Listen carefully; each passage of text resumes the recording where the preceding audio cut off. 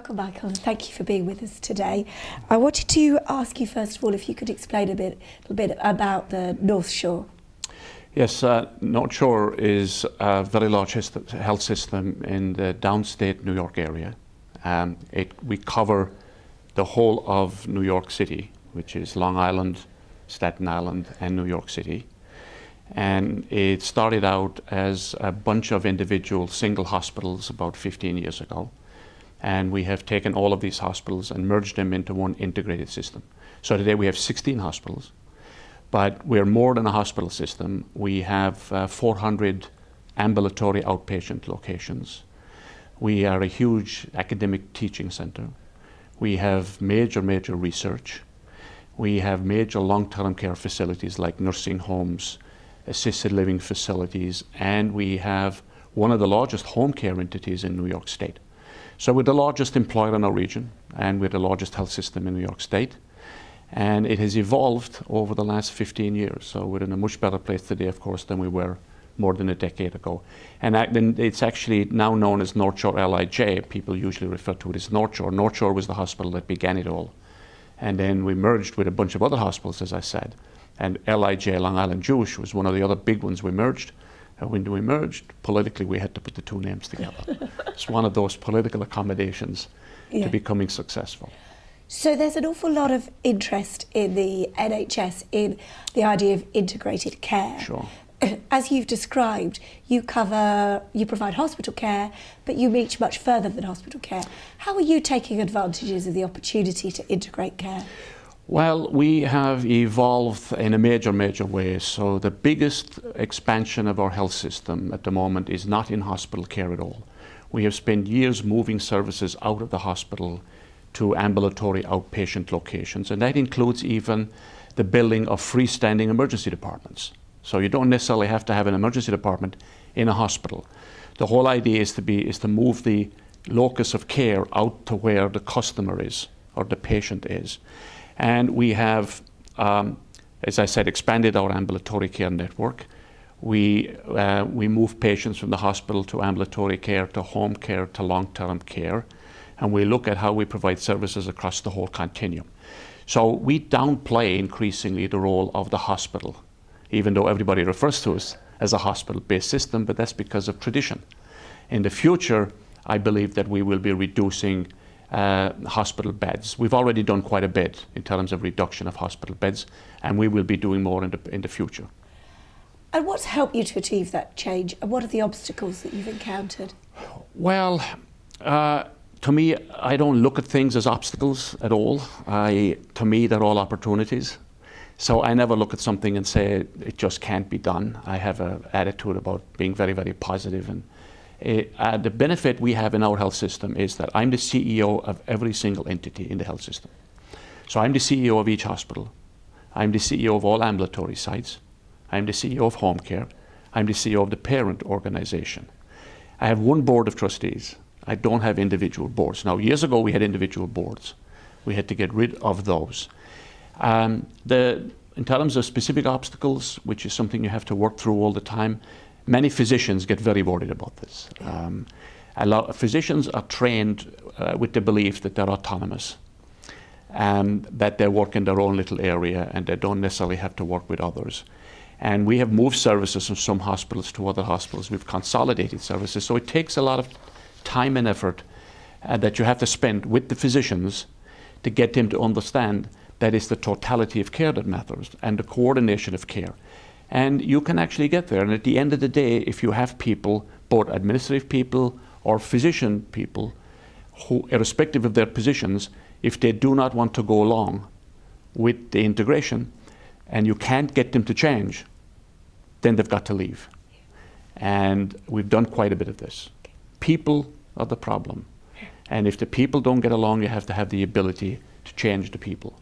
And then it becomes a lot easier. And in the US, there's a lot of interest at the moment in the idea of full risk contracts. Yes. Could you explain what they are and how North Shore is taking advantage of the opportunities there?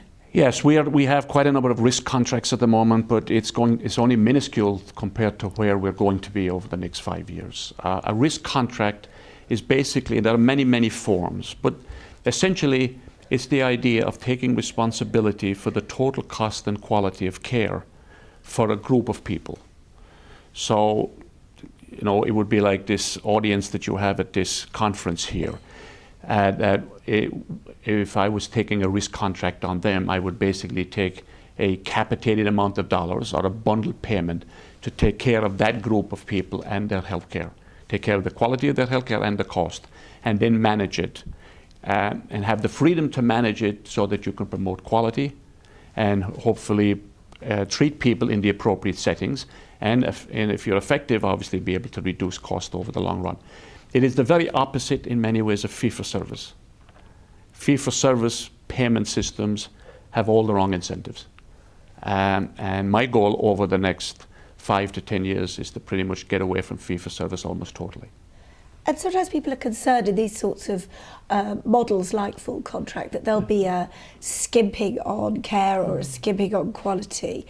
What would be your answer to that? My answer would be that irrespective of what kind of payment system you have, or whatever, irrespective of the kind of a system you have, there is always the opportunity for people to shirk the rules and do things inappropriately.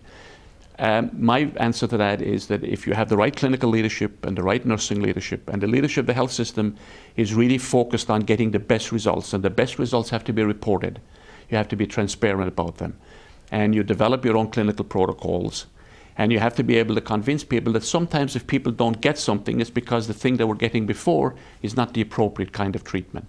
And there is an education here to be done with the public.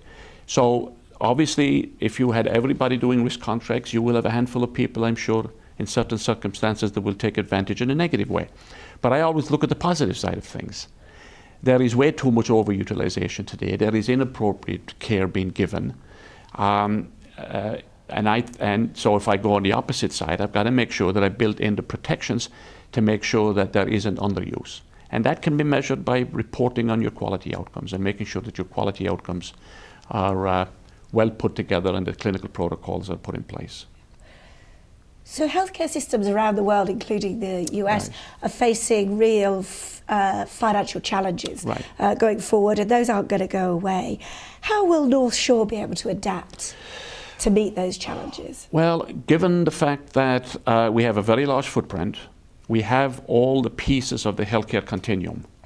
I am in a very fortunate position of being able to move care to the appropriate locations and appropriate sites that are the most cost efficient with the best outcomes.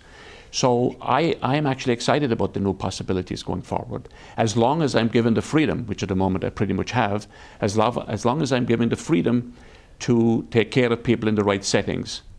And what I think should be done is, especially at a time when you're reducing cost, is to be able to set the goals on quality. What are the quality metrics you want? Set the metrics and then have the regulatory bodies basically get out of the way. The worst thing will be to have the regulatory bodies, and include government in this, to be micromanaging everything, because the government people don't know what they're doing when they over micromanage.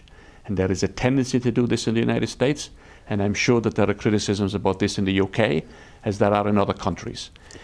And also, one of the things that people have to remember is that the cost growth issue is in part, there's two issues I just want to mention on this.